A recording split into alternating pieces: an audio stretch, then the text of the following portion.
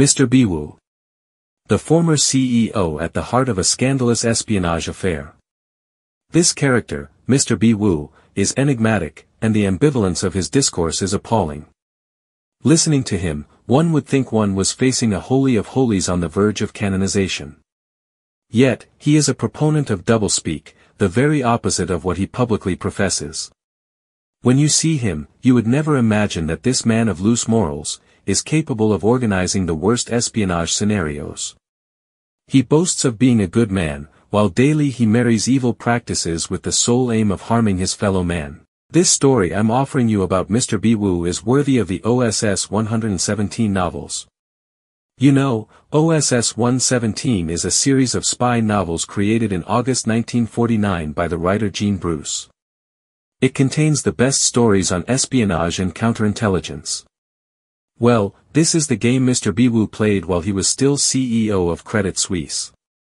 New revelations about Mr. Biwou's unconventional methods have been released in the international press, and they are not without shock.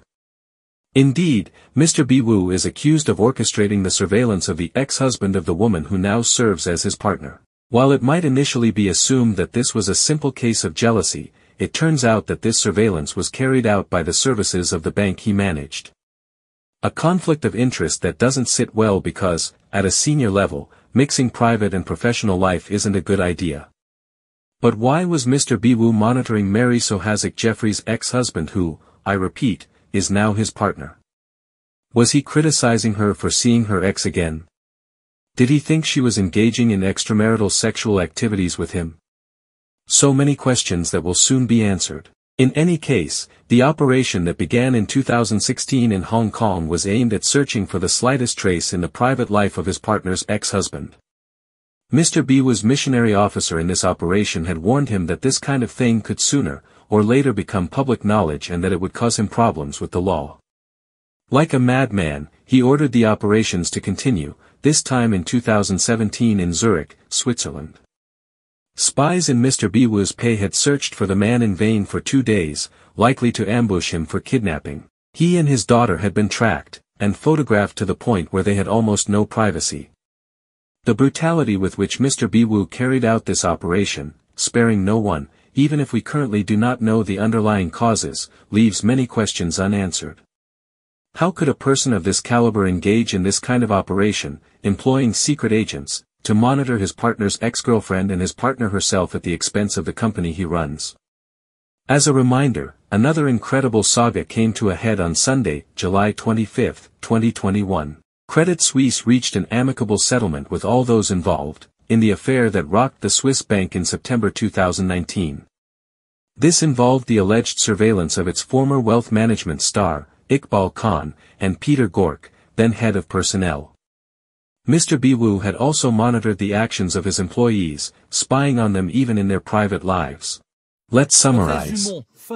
At the end of September, a former Credit Suisse executive, Iqbal Khan, was about to move to the competitor, UBS. This has since happened.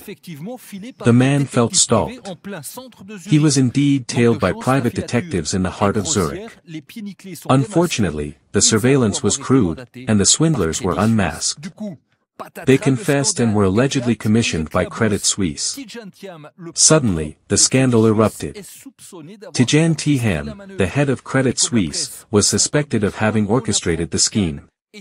And as the press picked up on the story, we learned about Khan and Thiam, his neighbor. Luxury homes together, near Christophe Laura's house, and they couldn't stand each other anymore. The story was delicious. Ultimately, it was Credit Suisse's board of directors that had to clean house. In addition to damaging the image of the Zurich-based financial institution, this surveillance affair ultimately tarnished the reputation of its then CEO, the Franco-Ivorian banker, who was simply ousted. This goes to show that Mr. Biwou is no stranger to this kind of tactic and behavior.